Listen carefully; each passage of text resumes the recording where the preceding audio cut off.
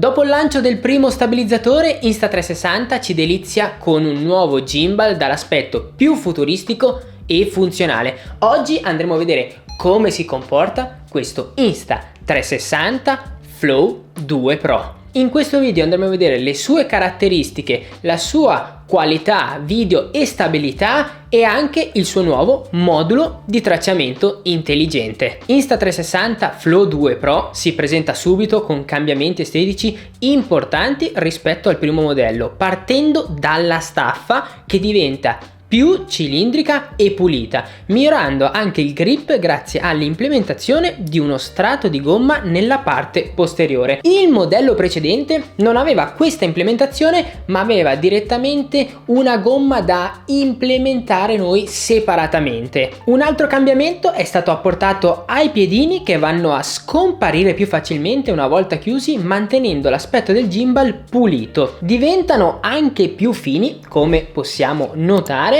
ma vi assicuro che la qualità costruttiva è più che ottima e la resistenza e la stabilità saranno sempre perfette. Sotto di essi troveremo anche un'entrata a vite che ci darà la possibilità di agganciare il nostro gimbal a un cavalletto. Anche il joystick cambia di aspetto, migliorando in fluidità e aderenza. Per prima cosa i pulsanti rimangono più esposti rispetto al modello precedente, che rimanevano quasi incassati. L'analogico migliora nel grip grazie ai puntini creati per aderire al meglio con il dito e diventa più fluido nell'utilizzo, eliminando i movimenti macchinosi che si presentavano prima.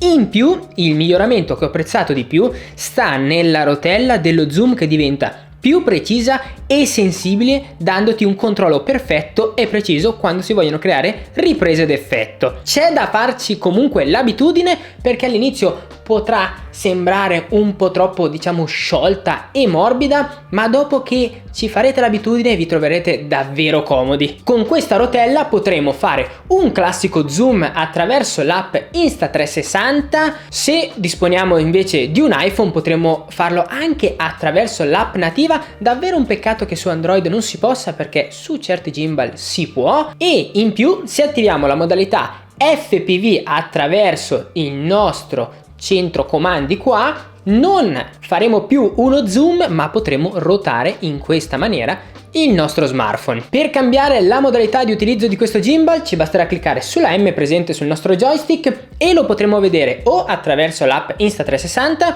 o se no ci verrà indicato attraverso questo LED che ci selezionerà la voce qua presente. Pecca di queste voci è che le scritte sono davvero piccolissime, si fanno quasi fatica a vedere. Se hai tanta luce le noti, quando incomincia a scarseggiare devi andare a cercarti la luce per vedere cosa hai selezionato.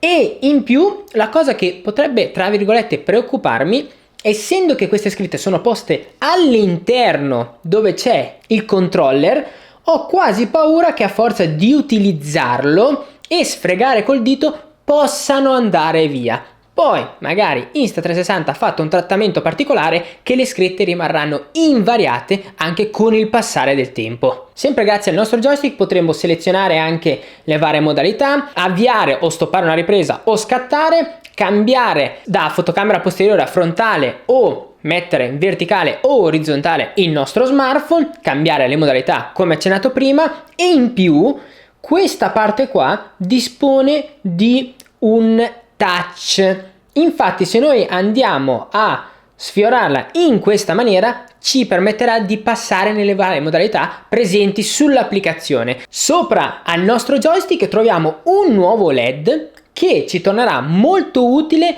quando andiamo ad utilizzare il modulo di tracciamento o comunque attraverso l'applicazione la modalità tracking del soggetto. Torna comodo perché se siamo da soli e lo teniamo lontano e vogliamo usare le gesture per traccarci, lui ci farà capire attraverso il LED che diventerà verde che il tracciamento è avvenuto. Davvero comodo se siete dei nomadi nel registrare. Un altro cambiamento più che visibile è nel braccetto. Per prima cosa l'apertura si vede subito che è diversa, perché nel modello precedente si andava a ruotare per andarlo a avviare e invece lui si va qua ad estendere. Un pochino mi fa paura quando lo vado ad aprire perché ho quasi paura di romperlo, ma comunque è bello solido e resistente, non preoccupatevi. Anche l'estetica in sé cambia un po', mantenendo sempre quell'aspetto trasparente per mostrare tutti i chip interni. Hanno aggiunto anche questa linea LED, in più è stato implementato anche questo piccolo specchietto che può tornare molto utile per capire se siamo al centro dell'inquadratura. E un'altra cosa che volevo mostrarvi è questa parte qua delle giunture del gimbal, che mi ricordano molto i prodotti Nothing. Un'altra cosa interessante è che la rotazione di questo gimbal ci permette una rotazione completa di 360 gradi, così da non avere problemi quando vogliamo traccare un soggetto. Possiamo anche seguirlo completamente facendoci il giro attorno. Spostandoci al modulo di tracciamento, qua disponiamo di questo nuovo modulo che si va ad agganciare con questa clip. Non mi dà quel senso di durata, non so perché. Questa clip, essendo che è fatta in materiale plasticoso, ho quasi paura che a forza di toglierlo, metterlo, si può rovinare e smollare. C'è da dire che si aggancia anche attraverso l'entrata USB-C, quindi avrà una resistenza maggiore. Il modulo di tracciamento ha questa telecamera che ci permette di traccare il soggetto e lo tracca davvero bene. Dispone di un LED che possiamo scegliere l'intensità della luce e anche se farla calda o fredda. Può tornare molto utile se vogliamo registrarci in situazioni di scarsa luce e avere il viso sempre bene illuminato. Il lato estremamente positivo è che lui non si deve ricaricare, ma basterà solamente agganciarlo e verrà alimentato automaticamente dal nostro gimbal. Parlando di stabilità nelle riprese, direi che è perfetto. Il miglioramento c'è in ogni genere di ripresa. Se siete persone che amano riprendere e a volte avete dei risultati un po' tremolanti, con lui porterete a zero qualsiasi tremolio. Ogni situazione, anche la più turbolenta e vibrante, sarà azzerata da lui. Diciamo che anche un dispositivo un po' più economico, che non presenta di una stabilizzazione interna video, grazie a lui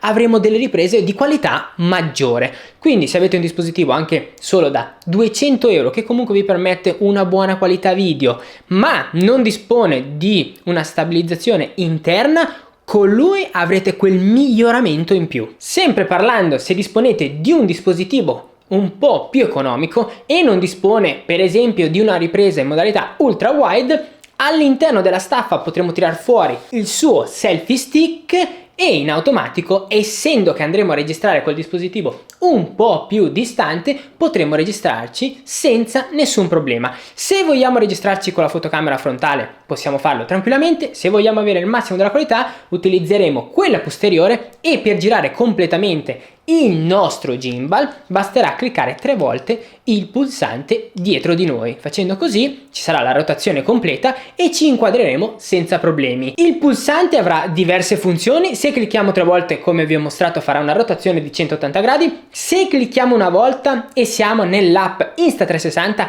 aggancerà il soggetto. Se clicchiamo 2 volte, lo stabilizzatore si accentrerà nel punto di partenza. Se lo teniamo premuto, invece bloccherà un asse. Invece di fare tutto il movimento turbolento in questa maniera, se io tengo premuto, come vedete farà quello laterale, ma quello frontale lo farà in maniera più dritta e meno turbolenta. Diciamo che se volete fare riprese un po' più morbide e fluide, vi consiglio di tenere il pulsante premuto. Per collegare il nostro smartphone al nostro dispositivo basterà semplicemente scaricare l'applicazione Insta360 e in automatico avverrà l'accoppiamento. Vi consiglio al primo avvio di collegare subito il tutto, perché così farete anche gli aggiornamenti che vi danno a disposizione. Dall'applicazione potremo controllare tutto quello che vogliamo, la modalità foto, modalità video, tutte le varie modalità, time lapse, dolly zoom e molto altro. Ci sono molte funzioni che le fa anche solamente in automatico il nostro gimbal.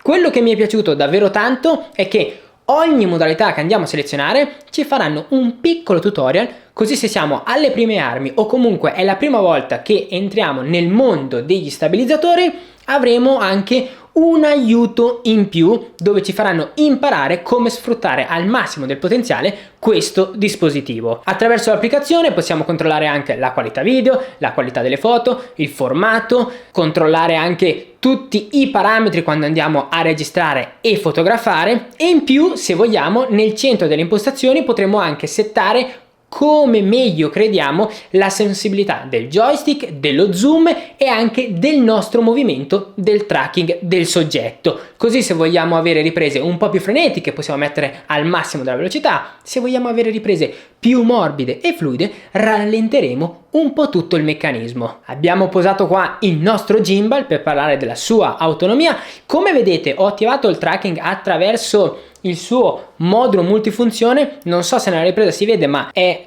uscito il LED verde, quindi in automatico mi sta seguendo. Vediamo un po' se nella ripresa si vede che io mi muovo e si muove anche lo smartphone, si muove tutto, perfetto. Parlando di autonomia, ha un'ottima autonomia. Insta360 dichiara 10 ore di utilizzo continuo. Io l'ho utilizzato per diverso tempo durante il giorno e faccio davvero fatica a scaricarlo. In più dispone anche di una ricarica inversa, così da utilizzarlo come power bank. Nel momento in cui abbiamo magari lo smartphone scarico o non vogliamo scaricarlo troppo durante l'utilizzo, basterà collegare direttamente l'entrata USB-C del nostro gimbal allo smartphone e lo terremo sempre in carica senza problemi. Su iOS avremo qualche funzionalità in più nella fotocamera nativa.